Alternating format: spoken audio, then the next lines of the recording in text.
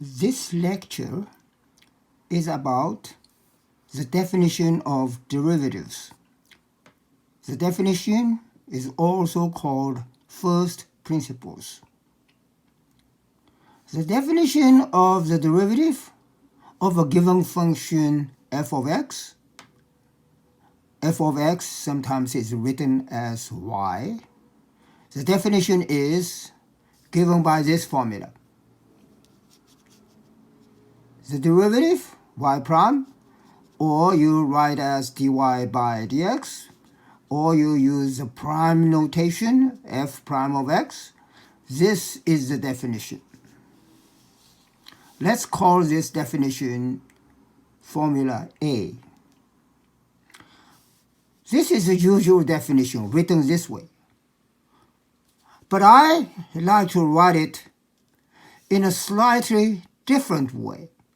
So what I like to write it is to move the denominator x to the front of this part.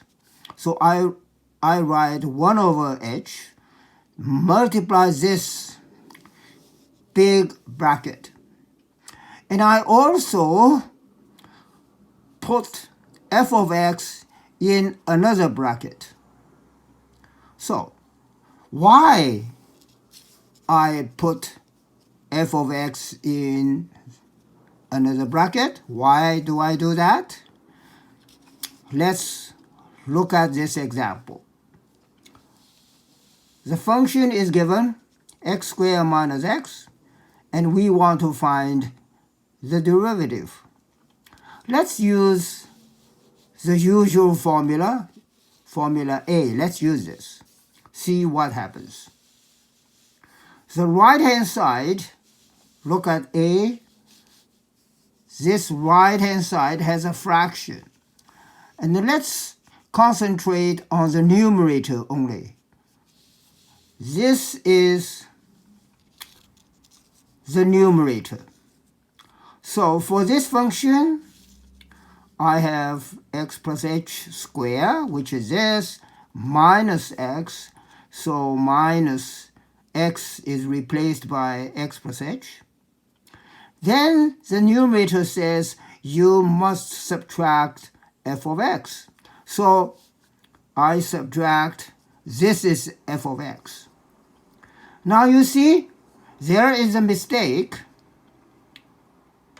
This mistake is due to carelessness. So what the mistake is?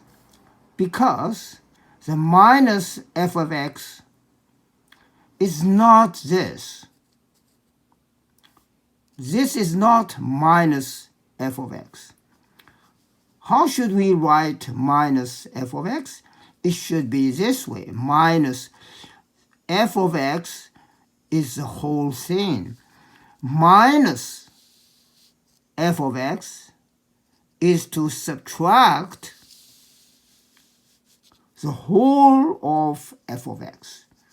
Because you want to subtract the whole of f of x, therefore, f of x should be put in brackets. And that's why I suggest to write the formula in the form of B. So I suggest you put f of x in a bracket because you want to subtract the whole of f of x. This is just to prevent a possible mistake when you write f of x without a bracket like this way, and it is not right. So that is the reason I put f of x in a bracket. The next, my formula B is to move the denominator h in the front. So I write this way instead of this way. So why do I do that? Let's have another example. Now the example is the function is given 1 over x plus 5. Now we want to find the derivative.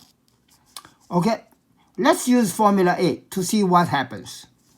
So formula A tells us that this is f of x plus h minus f of x. So let's do common denominator.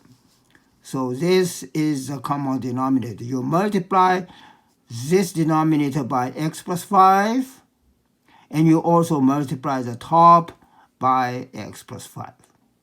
And for the second fraction here, you multiply the denominator by x plus h plus 5.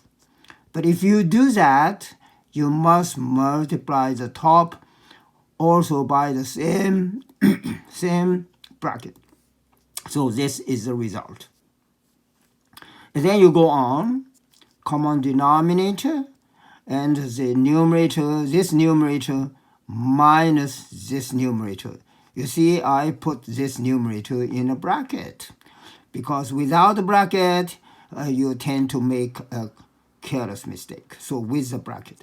So you just simplify it, you get this. And then what happens next?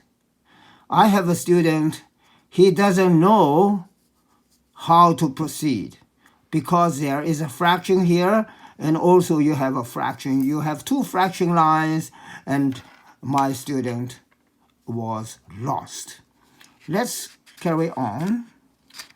Go to my next page. So, once this result is obtained, some student might get lost. He does not know how to go ahead, because the student saw a double fraction lines, and the student got lost. This can be prevented, this confusion can be prevented if we use formula B. Now, if you use formula B, you see the 1 over h is in front of this. Then what happens? 1 over h, you put f of x plus h minus f of x, and notice that I have a bracket around f of x. So I have a bracket. So this bracket comes to the numerator of this part. This will prevent any careless mistake. And then you simplify it, you have a minus h. Now the difference between my formula B and the usual formula A is that my h is in front. Then it is very simple. You multiply the numerator with the numerator, that becomes minus h. And you multiply the denominator with this denominator, you have this. And it is very clear that this h and this h can be cancelled. So the result after you're cancelling the h is this. So you have no difficulty with double fraction line. There is no double fraction line.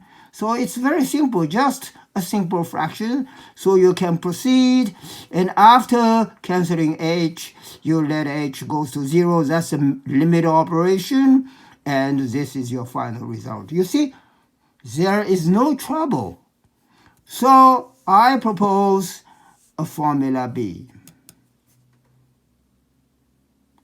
And I explained why I write formula B in a slightly different way from the usual way of writing the derivative formula, derivative definition. Okay, that's all for today's lesson, and I see you next time. Thank you for watching. Goodbye.